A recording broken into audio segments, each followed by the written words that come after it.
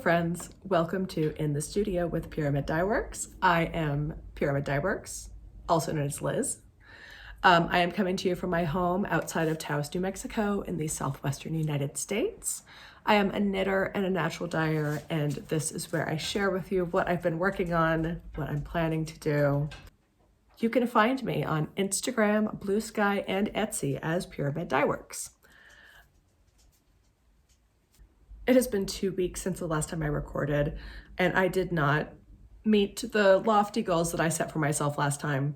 I did meet one goal, which was to finish this vest. This is the Oban Vest by Thea Coleman. I have knit this up in Kelburn Woolen's Scout in the color Blue Heather. It's this really beautiful kind of iridescent color almost. It is a heathered yarn, as the name would suggest. It's got these lovely cables all the way around. And then the neckline is actually a continuation of this central cable, which is very cool. And it goes up and all the way around the neck. It's continuous, and then it's Kitchener stitched together right at the center back. So it is a seamless collar piece, essentially. That's something that I've never done before, a technique I've never done before. There was a lot of very special finishing bits on this vest that took kind of a long time, frankly. But it is very nice. It's very polished. So after you do this neckline, you actually go back in and pick up all the way around. You knit one row and then you do like a really tight bind off, essentially. Instead of a traditional bind off where you're just knitting 2 stitches and then you pass the first stitch over the second stitch to bind that stitch off, what you do on here is you knit 2 through the back loop, you return that 1 stitch back to the left-hand needle, and then you knit 2 through the back loop and you continue. So you're knitting into the same stitch twice as you go through it. So it just creates a much firmer edge. There is no stretch to this bind off, which is the point because it's the neckline. And that is to keep this nice and secure. It's a lovely little detail. The pattern does have these motifs lining up. Mine don't, because I don't know how to count, apparently. So as you can see, I ended up with 2 pearls, or 2 rib knit columns on the back panel, but I only had the one here, so it doesn't line up. Nothing lines up. I got closer on the other side, but it's still just a little bit off. I'm recording in the afternoon and the lighting is not as good. Yeah, so I was able to fudge it a little bit and like get the main cable to line up, but these are still a little bit offset. I'm very happy that this is done. I feel like it did challenge me a little bit in my finishing techniques, and made me really sit down. I had to seam the collar down along the top neckline. Whenever you're doing the finishing off the neckline, you end up with these 2 straps of just the cable, little strips, not straps, strips. That's just the cable. It's like 6 stitches wide. And they have you knit it going up on both sides, and then you take it around the back, you seam it down, you Kitchener it in the center. So there was a bit of finagling with that. I definitely had to knit a few extra rows to cover the full gap. But yeah, I was able to do it. It looks great. I'm very happy to have a functional vest in my wardrobe again. I only have one other vest right now and it needs repairs. So this is the only one that I have to wear right now, which is great because it's springtime, almost officially, almost. Next week, the week after, I'm sure I'll be getting quite a bit of wear out of this over the next few months, as we are moving into real spring. So what else have I been working on that I did not meet my goal? I also said I wanted to be done with my porcelain sweater. And I very confidently said, 1 sleeve for each week. That's totally doable. No. I also really kind of lost my knitting mojo the last couple of weeks. I don't know what's going on. I haven't been in the best of mental places. So I just haven't been knitting quite as much. Anyway, porcelain is not done, but it is steeked and there is a sleeve that started. There has been progress. I had talked last time that I wasn't sure about the steeking and I didn't know if I should do reinforcements or not because I'm already using such a sticky wool. It's Isayer Tivini and Knitting for Olive Soft Silk Mohair. So it is a mohair yarn and quite a rustic yarn being held together. And it does not come apart. Like even whenever I try to take back 2 stitches, I'm like cursing myself. So I just went ahead and did it and I cut open the armholes. I didn't do any reinforcements. And then I just whip stitched down the steek edge right after I did it. And it looks great. No issues so far. I picked up for my first sleeve and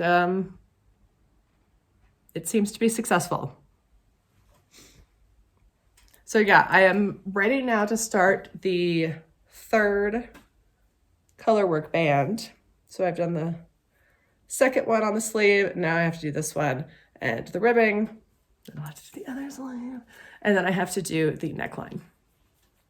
So it's still kind of quite a bit of knitting that I have left to do on this. And the weather is looking not particularly cold in the near future. So that's kind of a bummer. I will continue on this. I have another sweater that's in the wings that I'm going to show you. That's another all over color work, oversized. Like it's very much the same shape as this and it's all over color work. It's also fingering weight. Like it's pretty similar. So I kind of don't want to be knitting on both of those at the same time. But this is just taking longer than I thought it would.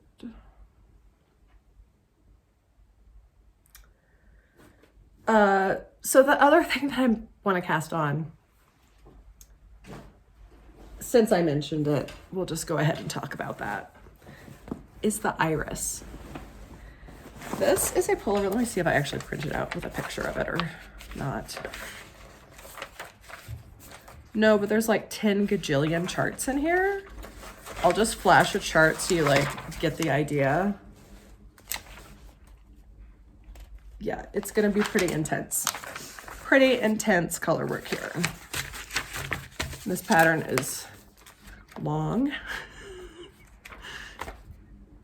It's long and it starts off by saying, I recommend taking your time with the cast on and yoke setup as it is a bit fiddly. And to make use of the appendix and the link for the cast on method in the special technique section. That is the first paragraph of the pattern. So I'm a little bit nervous, but I really want the sweater.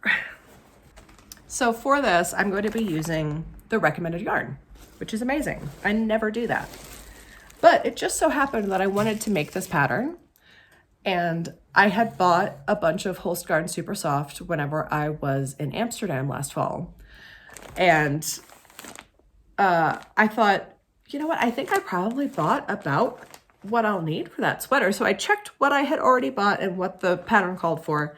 And I did have to order some extra colors, but it turns out the recommended yarn for the pattern was Holstgarn Super Soft. So I was like, oh my God, this is perfect. I have to make the sweater now. So this is what I bought originally. I got 4 cakes of this color, which is oatmeal, Holstgarn oatmeal. 4 of those for my main color. And I bought these without a pattern in mind. I was just like, I don't know, I'm gonna like get some colors and I'll make a colorwork sweater out of it. So I got 4 of these for the body, and then I got these 4 colors as contrast. And this was just me saying, I don't know, I guess I'll just like pick some colors and then I'll figure it out later. So then it turned out, after I decided, yes, I definitely want to knit this sweater, that I had to buy a lot more yarn.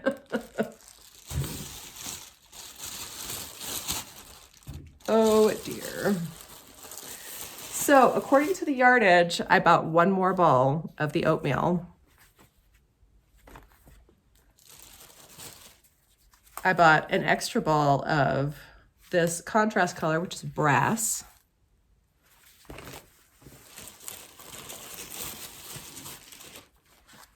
And then these are colors that I had to add because I didn't have enough colors to fulfill all of the colors required in the pattern.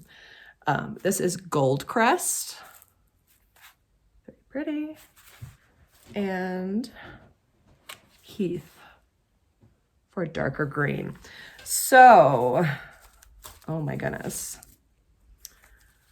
Right, so we've got like this earthiness happening. Because the chart is like flowers, right? Right, so we've got like our earthiness going on down here. And then we've got our flower stems growing up, right? And then we've got our flowers, which are going to be red and orange.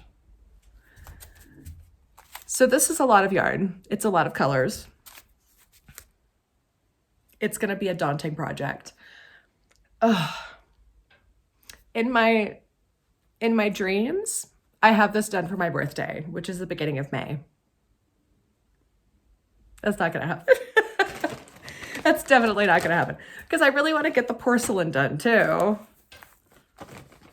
So yeah, I think it's possible I could be done with the porcelain by the beginning of April. And that gives me a month to knit an all over fingering weight colorwork sweater. Like that is not gonna happen. That's not gonna happen. Honestly, more likely than not, this is gonna end up being my birthday cast on. I bet you. I bet I will just try and finish all of the rest of my projects because it is almost April, you guys. I am in shock. When I figured that out, it is almost April. It's like next week is the end of March. I don't know what happened. So yeah, I think this is probably going to become my birthday cast on rather than a birthday cast off, which is kind of a bummer, but also it's like a great birthday sweater. I'll just have to be knitting on it all summer, which is the bummer. Oh my goodness. Yeah, the light is getting really weird now. Okay, let me shift myself. There we go. That's a little bit better. The lighting's a little bit better. I'm faced more towards the window now, so hopefully that's... It's like reflecting off of the table too. Oh, you can like see the... Woo. I'm getting like a bounce light off of the table. Anywho, that's my next up in knitting. I do have one other knitting whip that should be done very quickly. I had just started this one last time, but I kind of got obsessed for a couple of days and couldn't put it down. This is the Tulsa Tea by Rebecca Clow, the Cray Bear. And yeah, I have split for sleeves. I have finished the bust shaping and I am working my way down the body. So this is knitting up very quickly. It is DK weight on size 8 needles, US 8s, which is 5 millimeters. There you go. And I am knitting this out of the sagey green is a superwash merino, and the white is a double Sunday from Sanduskarn. Okay, so what do I have to say about this so far? Not really anything. Like it's going. It's just going. It's easy. It's fast. It's just what I needed. It's easy, it's fast, and it's stocking it in the round. I needed some mindless knitting, and this really came to the rescue. So ideally, I would like to finish both of these before I cast on the iris. I don't think that'll be a problem to finish this one before I cast on for the iris. The other oversized color work might be more of an issue to get that finished. I really want it to be finished. So far, it's a great pattern. I am following optional bust shaping. So I'll find out soonish how that actually fits. I haven't tried it on yet. I've gotten just below the bust shaping. So yeah, I'm just gonna carry on and I'll be to the bottom and ready to try this on before you know it. Last time I talked about a dress that I'm sewing that I ran out of fabric for. I had to piece together one of the back panel of the skirt because I ran out of fabric. And then I didn't have enough for my lining or my pocket fabric. So I'm gonna do some natural dyeing with some old cotton I have to make up for that missing fabric. But in the meantime, I needed another sewing project. So I have pulled out some fabric from my stash. I haven't done anything with it yet. It has been washed, it's ready to go. I just need to print out the pattern, tape it all together, and cut all the things out. Anyway, the pattern I'm going to do is from Seamwork. I have a subscription with these guys that I keep forgetting to cancel, so I just have a bunch of patterns from them. It's one of those things where you get like one pattern a month that you can download from their library. And I have been doing that for a few years now because I keep forgetting to cancel. But I do have a very large library of sewing patterns now. So this is the top that I'm gonna make. I don't remember the name of it, so I'll have to put it in right here next to the picture. But I think it's gonna be really cute and it should be a quick sew.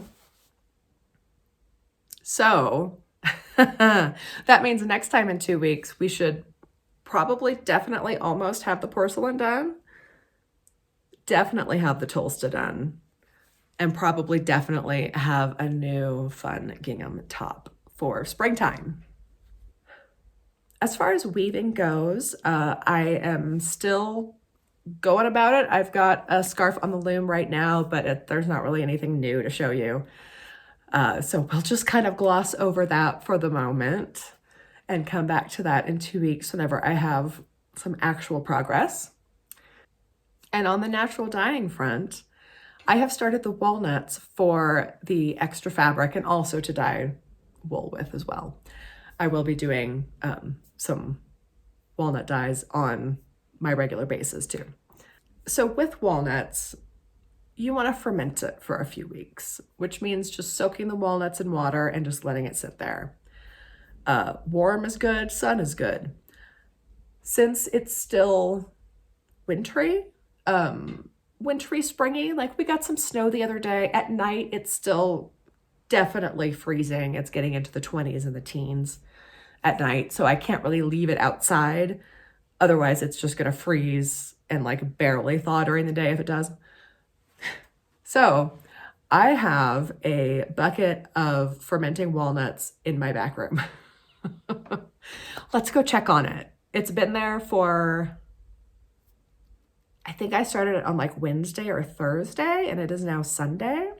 So let's go see what is happening with the fermenting walnuts.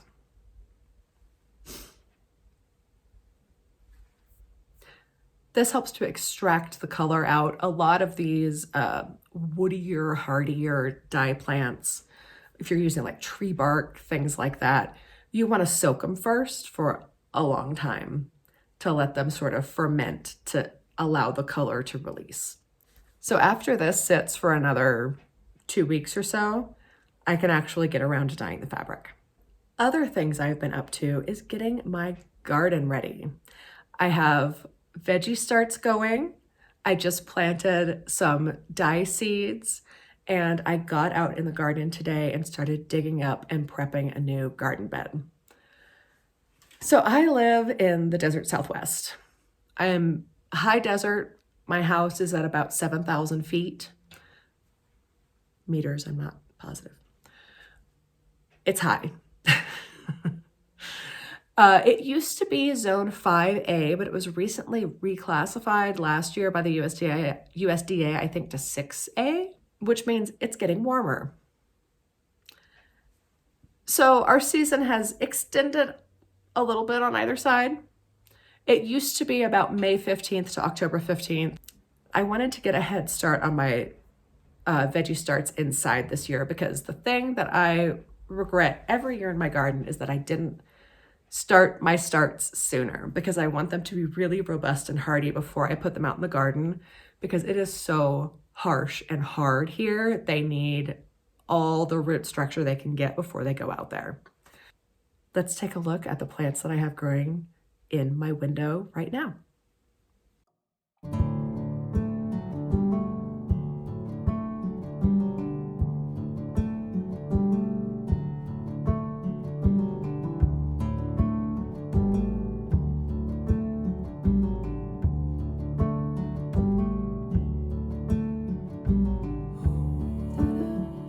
Also, living in the high desert, it's very dry here. It's very arid.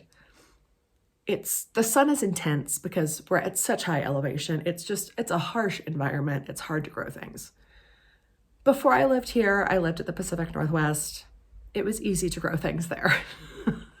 I had abundance of fruits and vegetables every year. It was amazing.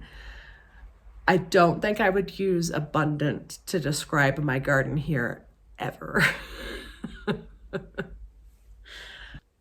The method that I am using to prep my garden beds is sort of an inverted hugelkultur bed. So the concept is to put a lot of organic material, woody mass at the base of your garden bed, and then you build up the soil around it. So as time goes on, that material is going to break down inside of the garden bed and slowly feed your plants. It's going to be a sponge for moisture as the woody stuff breaks down. It's just all around handy, right? It requires a lot of effort on the front end, because the way I'm doing it, I'm digging down into the ground. Because normally hugelkultur beds are built above the ground, because they were developed in Germany, like in the Alps and things, where it's very wet, and drainage was the issue they were trying to deal with. Dryness is the issue that I'm trying to deal with. So I don't want the water to drain off. I want the water to drain in.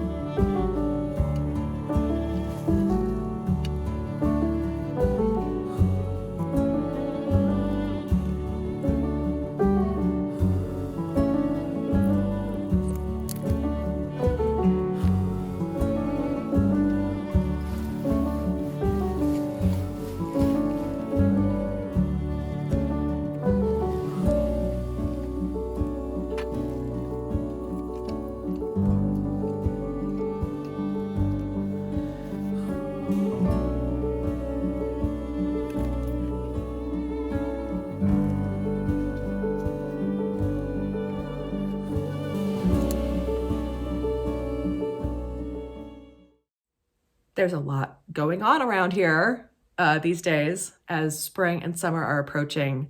I can feel less and less time to work on my own projects and more need to work on dye projects, weaving projects, garden projects, house projects. My house is freaking falling apart around me, you guys. It's like every day I'm like, oh, that's broken too. Amazing. We had a power surge the other day and like one of my outlets doesn't work, but it's the outlet I have all of my lamps plugged into in my living room because I have like a floating couch situation. And there's an outlet in the floor, like in the middle of the room, so I can plug in the lamps like under the couch. That outlet died in the power surge. Everything else in the house is fine. That one outlet is dead. How am I supposed to knit without my lamps?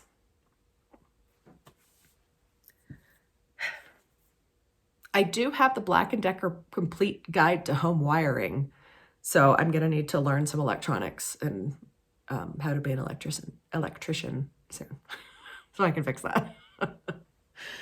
But I might have a little bit of time for that because the days are getting longer now, and there's going to be less need for me to have those lamps on early in the morning whenever I'm knitting, because either I won't be knitting, I'll be out in the garden or walking the dogs or something before it gets too hot, because that's going to happen soon. Or the sun will already be up, so it's fine. So I think this was a little bit of a short one today, but that's okay.